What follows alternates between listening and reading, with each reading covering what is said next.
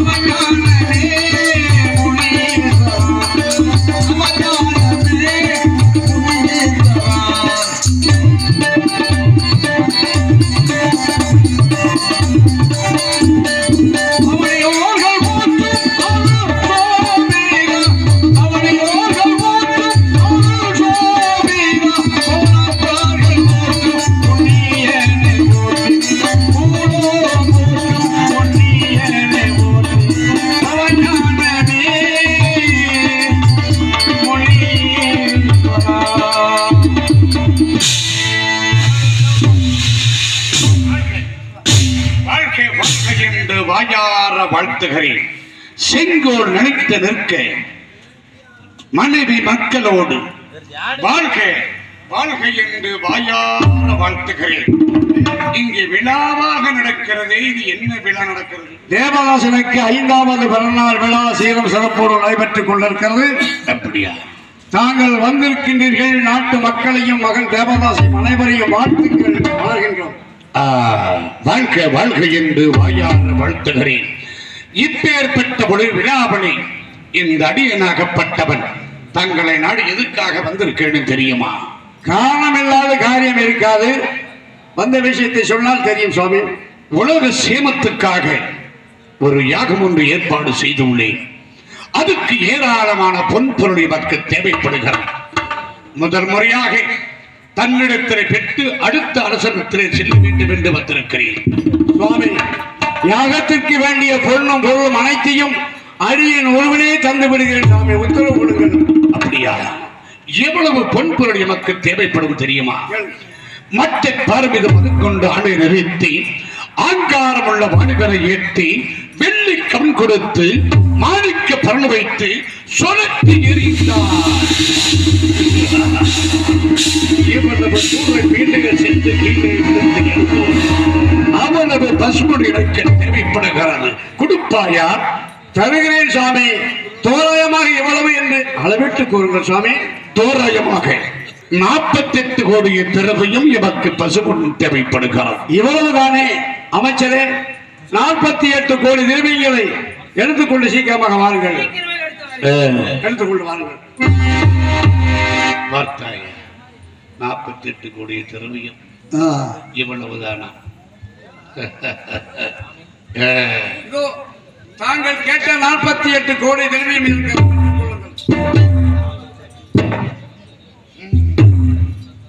ஹரிச்சந்திரா, எத்தனோ இடத்துக்கு செல்ல வேண்டும் என்று வந்தேன்.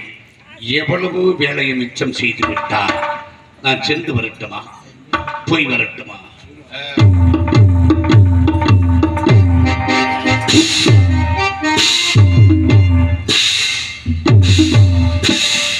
போதுமா? என்ன வேண்டுமா? இல்லை ஹரிச்சந்திரா, போதுமான அளவு தானே கொடுத்து விட்டாயே. ஆனால் ஒன்று, யாகத்துக்கு இன்னும் நான் குறிக்கவில்லை.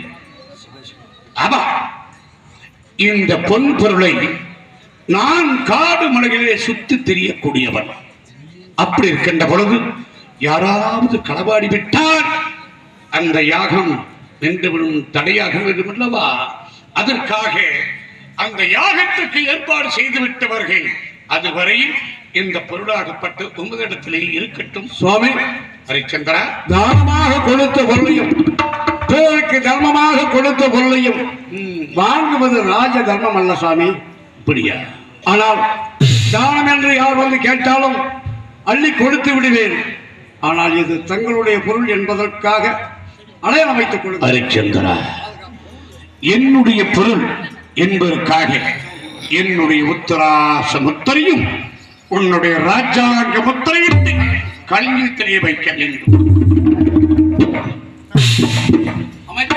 ஹரிச்சந்திரா, ஹரிச்சந்திரா, அந்த பொருள் யாருடைய பொருள்? என்னுடைய பொருள். எந்த நேரத்தில் கேட்டாலும் இல்லை என்று சொல்லாமல் கொடுக்க வேண்டும். கொடுப்பாயா? சுவாமி, எந்த நேரத்தில் எப்பொழுது கேட்டாலும் தங்களுடைய பொருளை தருகிறேன். அடியேன் சென்று வரட்டுமா?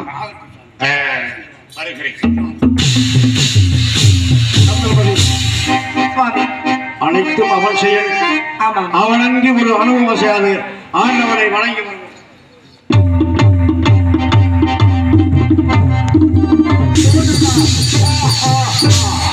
ஹரிச்சந்திரா, இந்த ஐயோத்தவர நாடு மழைகள் பெய்து வெள்ளாறுகளை வைத்து நாட்டு மக்கள் மிகவும் சிறப்பாக இருந்து கொண்டிருக்கின்றார்கள் என்று நினைத்து நாட்டு மக்கள் சொத்தென்று பாராமல் வாரி வழங்கிவிட்டாய். ஹரிச்சந்திரா, விடமாட்டேன்.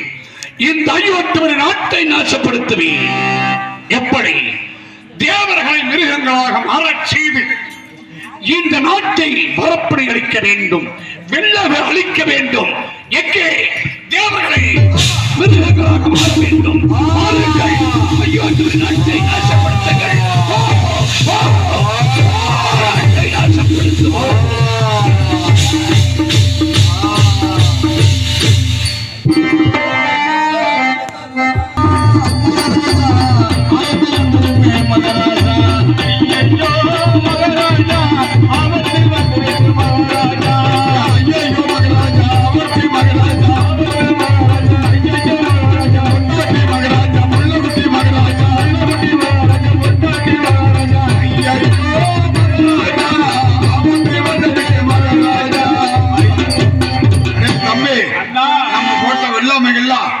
அவரை போட்டா தவறமையுது, தவற போட்டா அவரை விளையுது.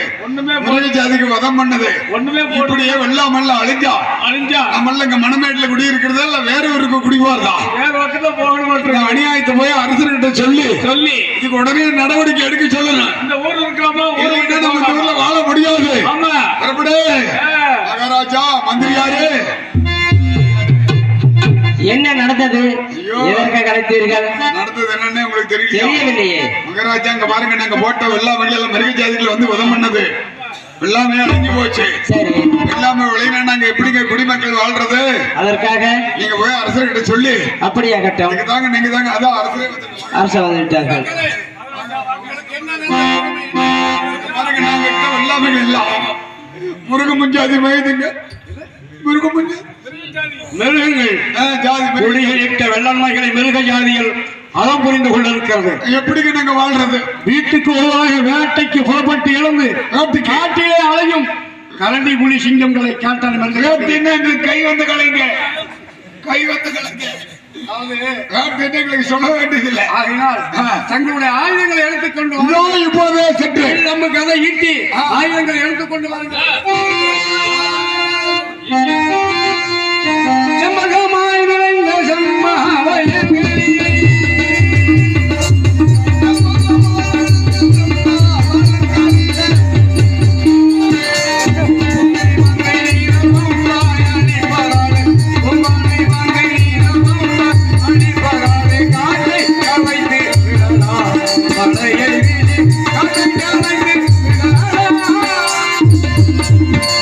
அதை மாட்டை கடித்து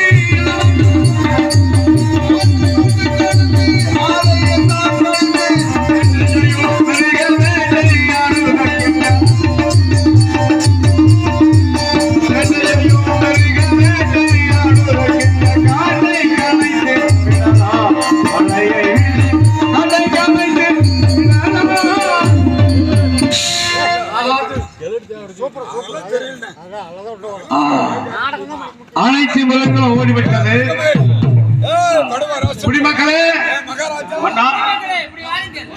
அனைத்து மிருகங்களும் ஓடிவிட்டது. மிருகம் மட்டும் ஒரு பணியாகப்பட்டது.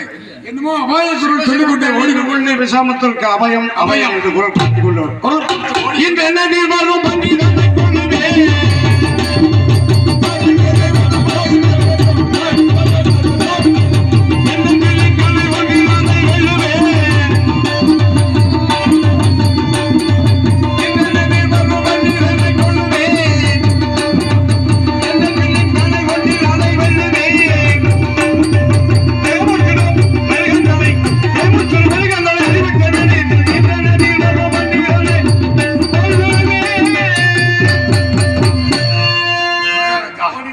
அனைத்து மிருகங்கள் ஓடிவிட்டது.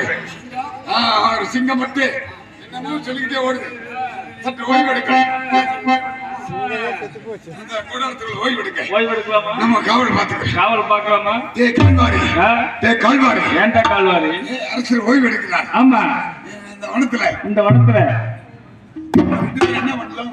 இந்த வனத்துல நம்ம அரசர் ஓய்வெடுக்கும் போது மூணு கண்ணம் முழிக்காம காவல் பார்க்கணும்.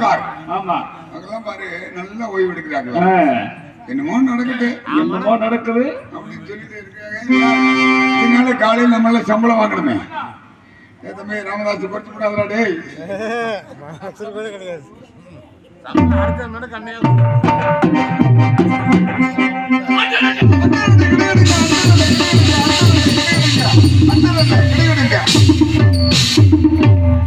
ஹரிச்சந்திரா, மிருகங்கள் அடித்து விரட்டி விட்டு கூடாரம் அடித்து களைப்பாரிக் கொண்டிருக்கிறாயா? விடமாட்டேன். என்னுடைய நாசின் தூவத்தின் வழியாக 2 மாதங்களை உருவாக்குவேன். எதற்கு